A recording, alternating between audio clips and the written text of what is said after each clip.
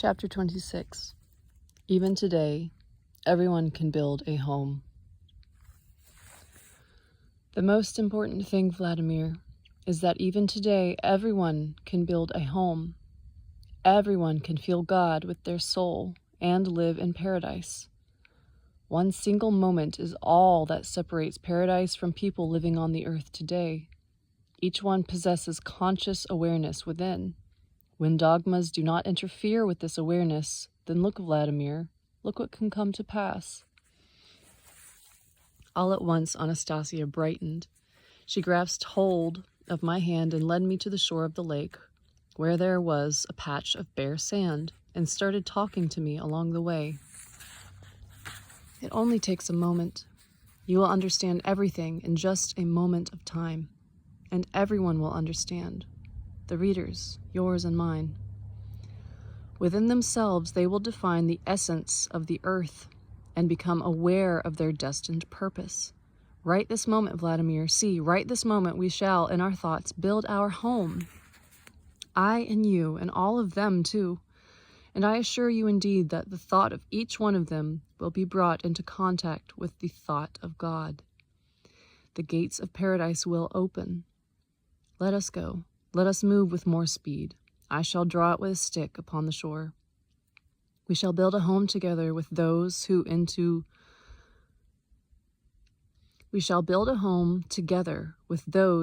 contact with your written words will later come. All human thought will merge together into one. Believe me, people have God's ability within them to turn what they conceive into reality, and many a home will stand upon the land. And each one in their own homes will be able to grasp everything firsthand. They will be able to feel and understand the aspirations of the divine dream. We shall build a home, I and you, and all of them too. Hold on there, Anastasia.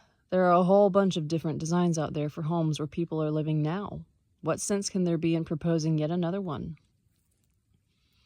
Vladimir, you must do more than simply listen to me.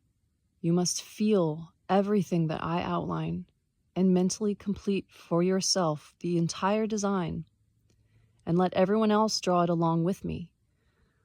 Oh God, people, at least give it a try, I beg of you. Anastasia was literally trembling with joyful excitement. She was reaching out to people, and I found myself growing more and more interested in her design. And at first it seemed simple to me, yet at the same time I had the feeling as though this recluse, Anastasia, was revealing to everyone the most extraordinary secret. The whole secret was in utter simplicity, and if I can remember the events in order, this is how they all went. Anastasia continued. First, choose for yourself a place of your own you like best of all the pleasing spaces on the earth. A place where you would like to live, and you would like your children to live out their lives. And then you will indeed leave to your great-grandchildren a fitting memorial to you. The climate, too, in that place must be favorable for you. Take 1 hectare of land in that place for yourself in perpetuity. Footnote, hectare, designating in an area 100 meters square or 10,000 square meters, approximately equivalent to 2.5 acres in the imperial system. But nobody can just come along and take any piece of land they jolly well desire. Land today is sold only in places where people wish to sell it. Yes, unfortunately, everything happens that way today.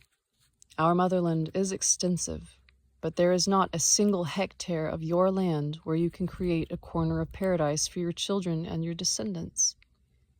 And yet the time has now come when we must begin acting on this cause and take advantage of the most favorable of all the existing laws. I don't know all the laws, of course, but I'm sure there is no law allowing someone to take possession of a parcel of land in perpetuity. Farmers can rent a good deal of land, but only for 99 years. Footnote: 99-year leases, still effective in Russia, were once common in many lands. Yet even today, the right to so-called land ownership in most Western countries can be all too easily abrogated by governments if taxes on the land are not paid, and paid on time, or if private lands is expropriated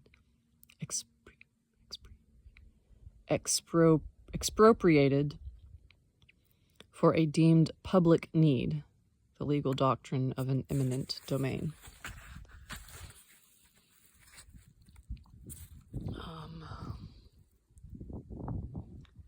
Well then, we can start by taking it for a shorter span of time, but we need, okay, yes, this is Anastasia talking, sorry. Well, then we can start by taking it for a shorter span of time, but we need at once to plan a law so that everybody may have his own parcel of ground, his own motherland. Whether or not, and to what degree the country flourishes as a state, depends on this. And if there is no appropriate law at that moment, well, you will have to make one. That's easier said than done. Our laws are made by the State Duma. It has to make some amendment or introduce a new article into the Constitution. And the parties in the Duma are constantly fighting with each other. There's no way they can settle the land question. Then, if there is no party capable of enshrining into law everyone's right to their motherland, you will have to form such a party. Footnote: in 2005, the Russian Motherland Party was established with the specific purpose of bringing forth legislation on allocating pieces of motherland to people in the form of family plots, just as Anastasia proposes here. In fact, the name Rodnaya Partiya, or Motherland Party, was suggested in Book 8, Part 2, of the Ringing Cedars series, published shortly before the new party was announced. And who will set it up? Those who will read about the home we are creating and become aware of what a motherland means to each one, to each man living today, and to the future of the entire earth. Well, enough about political parties. Tell me rather about this unusual home of yours. I'm really interested now in what design you can possibly bring forth. Let's say someone has come into possession of a hectare of land. Not exactly paradise, say, but maybe one grown over with wild grasses. They're probably not going to give him anything better than that.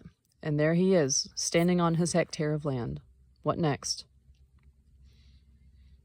Think about it, Vladimir.